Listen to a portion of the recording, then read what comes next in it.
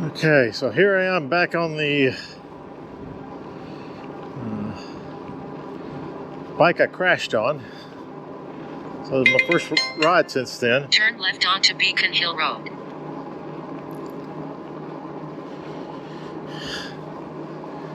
Testing out my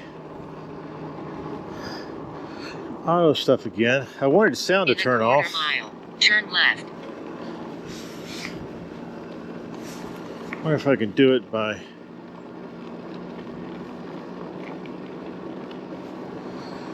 Yeah, alright, let's try that.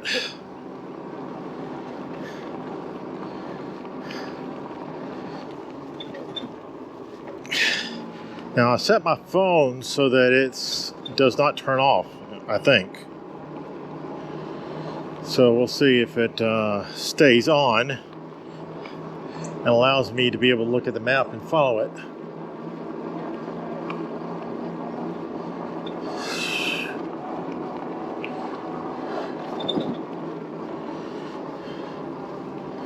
Tried fully charging my battery, but I only fully charged the back battery. I have two batteries, so the other battery didn't get fully charged, but I think I can go like 60 miles on fully charged. So mostly charged, I can probably go 40 miles, but I only want to go 10, so it should be good.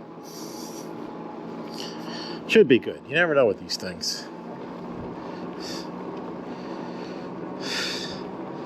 I've gotten in trouble more than once because I thought that I could go further.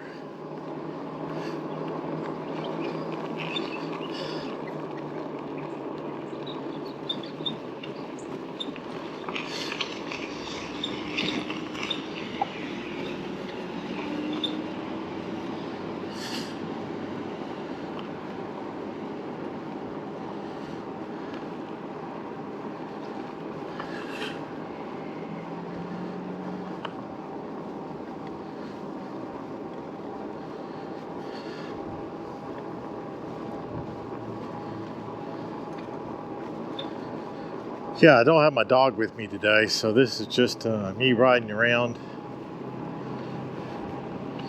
Talking about the bike. Now this bike here, I now have, I don't remember exactly when I added the different things, but I have a mirror I like.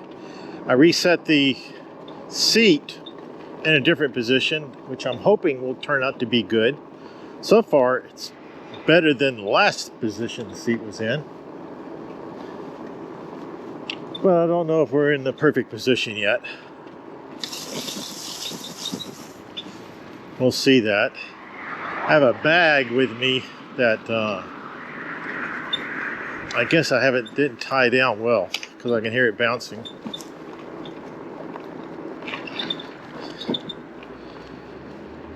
And I have some type of squeaking noise too. So, yeah, different things.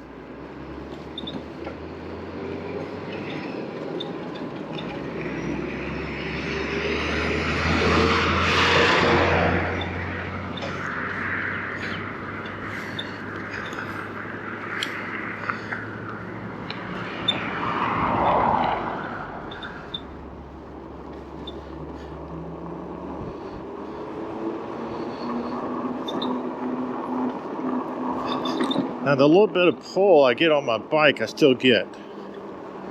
So it's not as easy to control as my Aventon is. The Aventon, I'm able to turn right and left with little issues. With this one, I have to turn to the left a little bit, or turning to the left, I have to apply more power to my turn than I do going to my right. That's a little confusing since you have to use more power, more of your muscles to turn it one direction as opposed to the other. Therefore, it throws you off a little bit because you're expecting it to be equal. The amount of pressure you need to push to the right should be exactly the same as the amount of pressure pushed to your left. But that doesn't happen.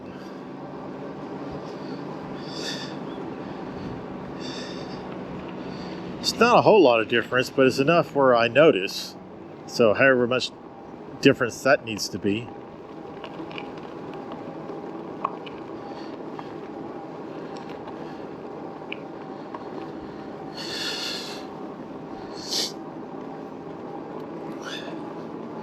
The brakes on this bike have been working extremely well. I like the brakes. They're better than the brakes on the Aventon.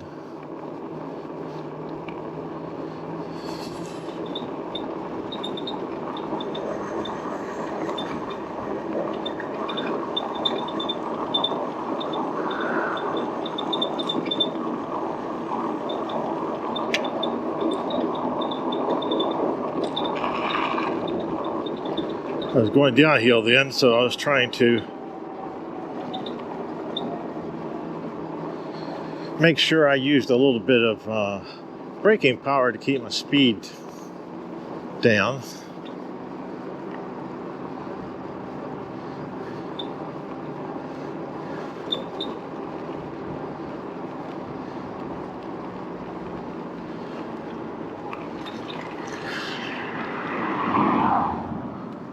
Oh, at my state park, I found out that there's a controversy there on the definition of whether e-bikes are allowed or not.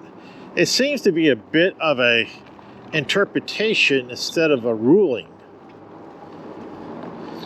So the actual rule is no motorized vehicles. So if you have a Class 1, 2, or 3 e-bike, you are classified by the state as a non-motorized vehicle. So when it says no motorized vehicles, it never is talking about an e-bike. They're talking about other things, like maybe a scooter. Now, the definition issue is that they changed it to say no e-bikes.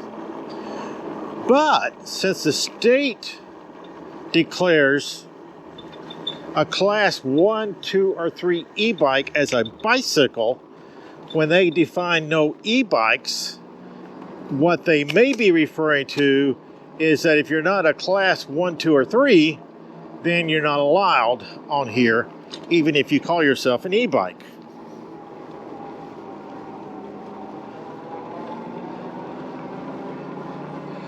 So the rule of interpretation is basically based on the person who is in charge of enforcement. So I have a little bit of a tough time that when it has specifically wording that says no e-bike, that I'll look at my e-bike and think, oh, this is an e-bike, so I'm not allowed.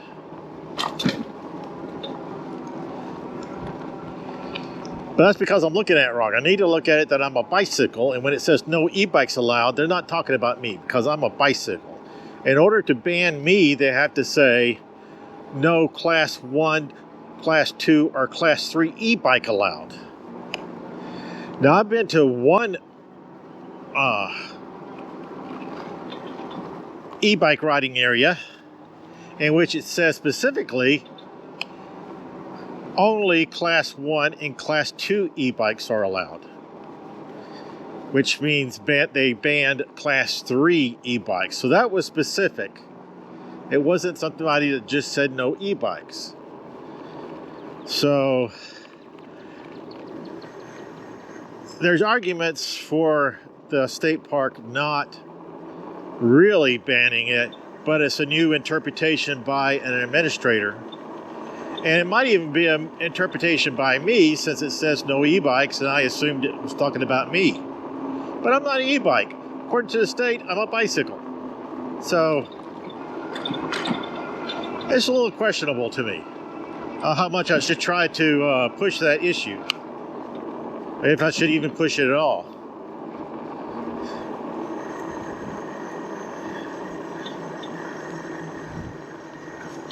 But I would prefer it if they said no e-bikes, including class 1, 2, or 3. Then I would feel better about being for sure that they don't want e-bikes. Now, the state park is wet a lot during this particular time. So I don't really want to go there when the trails are wet.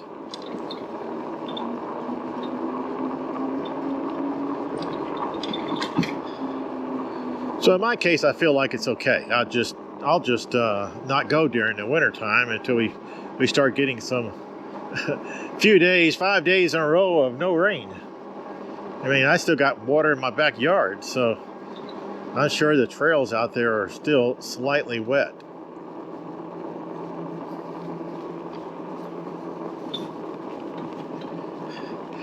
And as a personal preference, I would not want to be out there if the trails are partially wet, not because I couldn't handle the wet trails, but because maybe I can't, but that's not the reason. The reason would be because I'd be tearing up the trails more than I would when it's totally dry. And I want to keep the trails going because I like riding on the trails, especially I like riding on the paved trails. But yeah, I also can handle the streets that are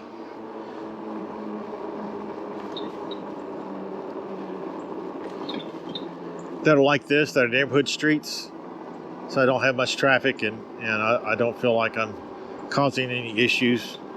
You know, my normal riding is below 15, so if I can't ride below 15, then I'm not as comfortable. So I prefer being comfortable when I'm riding around. I don't feel like I'm in somebody's way. Although I will be in somebody's way frequently, but I still like to, as frequently as I can, not be in people's ways.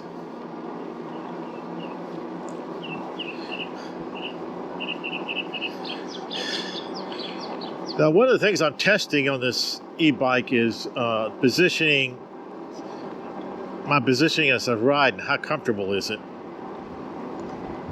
And I think I'm doing pretty good at getting a good comfortable level on my e-bike.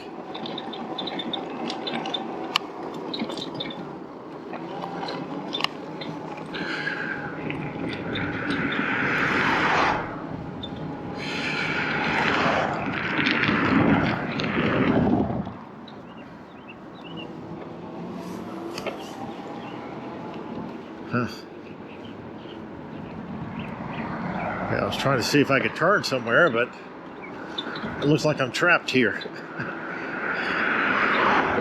Traffic is heavier than I normally find, keeping me trapped. Okay, this is like a good time to go.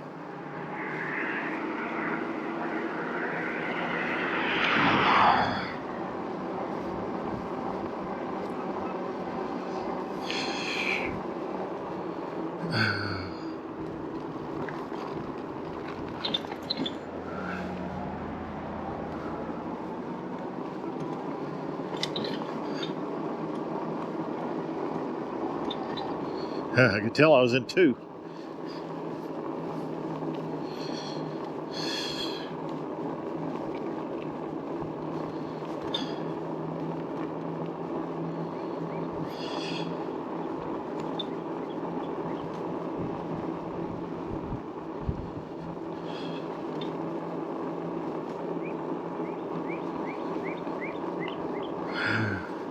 Yeah, I think I want to ride down here to this one spot and try to see if I can go up the hill on this bike. Now, I'm kind of like iffy on it because if I can't make it up the hill, I also am not going to be able to hold the bike up very well. So, I may not want to do that because that'll create issues, more issues. So maybe I'll try the, I think it's about 12 degree hill instead of the 18 degree one. If I could do that one, then maybe another day, not this day, but maybe another day I can try the 18 degree hill. On my Aventon, I can make it up that hill about half the time. which means half the time I can't make it up that hill. So I have to get everything just right. My switching, pedaling correctly, how much power I give myself to try to climb up the hill, how quickly I switch gears. All those things end up determining whether or not I can make it up the hill. And also the fullness of the battery. If the battery's like 25%, I'm not going to make it up the hill. At 75% or higher, that increases my chances. Although it's still not guaranteed I can make it up the hill, it just increases the chances. At 25%, I just don't have a chance. So I'm just not going to make it.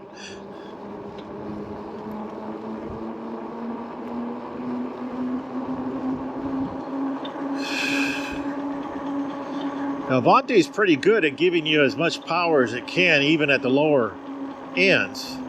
So if you're just riding along the road, you're not going to notice the decrease in power as you ride. However, if you're stressing out the power and trying to push up a 18-degree hill, that's when you'll notice that you can't get quite as much power. And that little bit less power is enough to keep you from making it up the hill.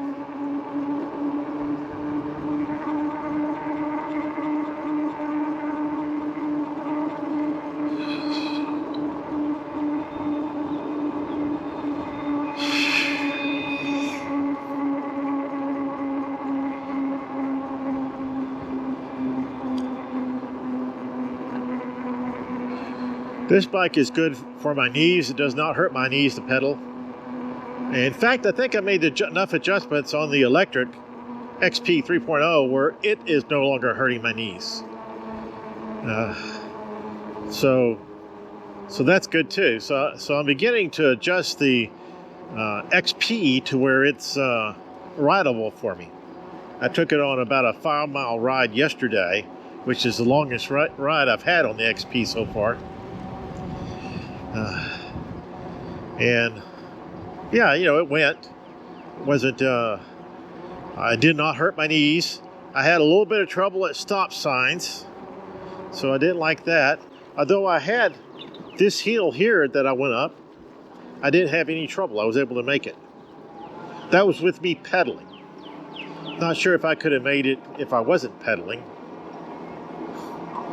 The Aventon can make it up this hill without me pedaling.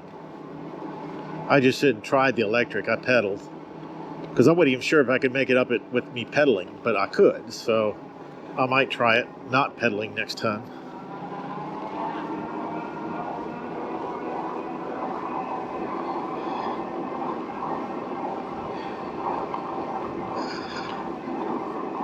This bike I have,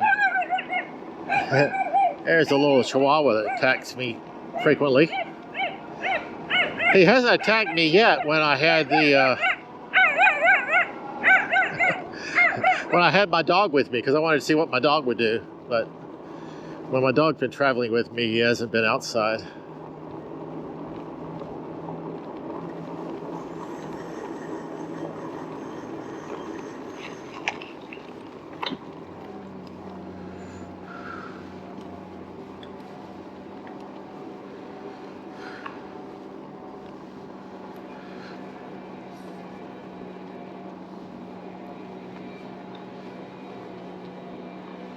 Yeah, I use 4% according to the display. I started off at 94%, and now it's 90. Not sure how far I went though. Let's see, this is 4.3 miles.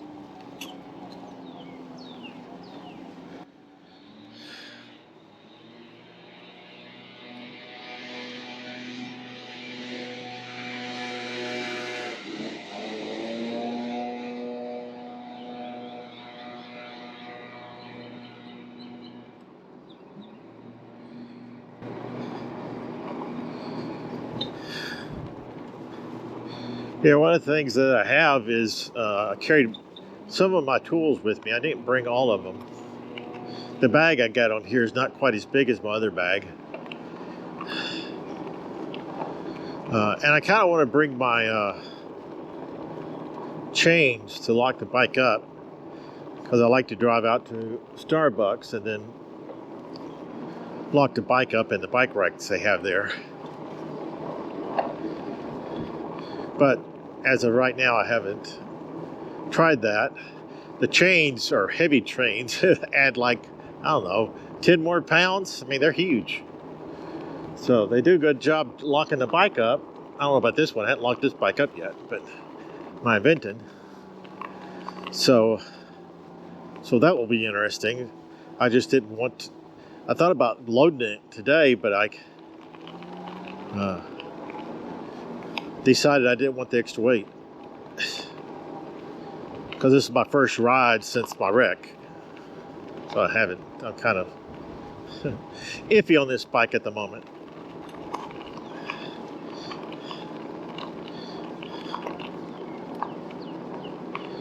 Now when I had the wreck, I'm pretty sure my seat wasn't adjusted properly then. Although I might be wrong. Maybe it was. Can't remember.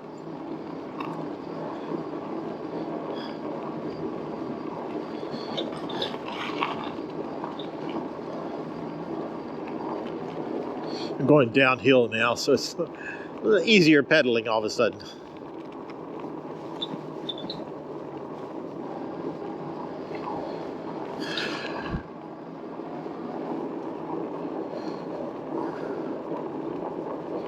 And now I'm up to 91%, so I gained a percent.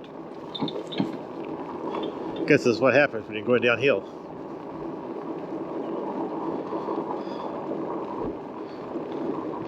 Now, since when I was left home, the traffic was so bad that it took me, I don't know, a good 4 or 5 minutes just to get across the highway.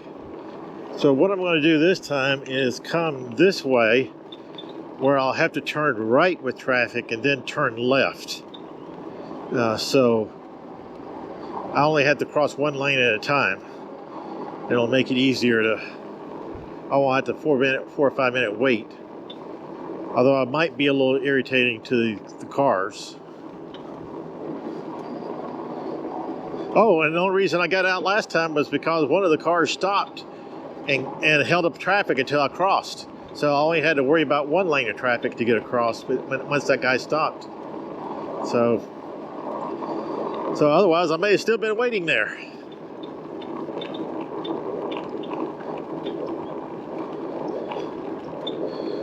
So this ride seemed to be a very good ride as far as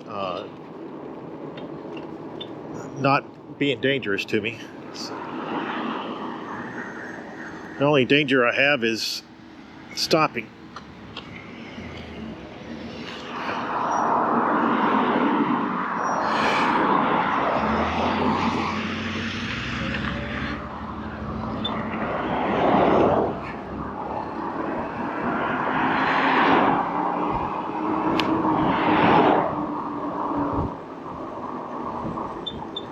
Okay, that worked out pretty well.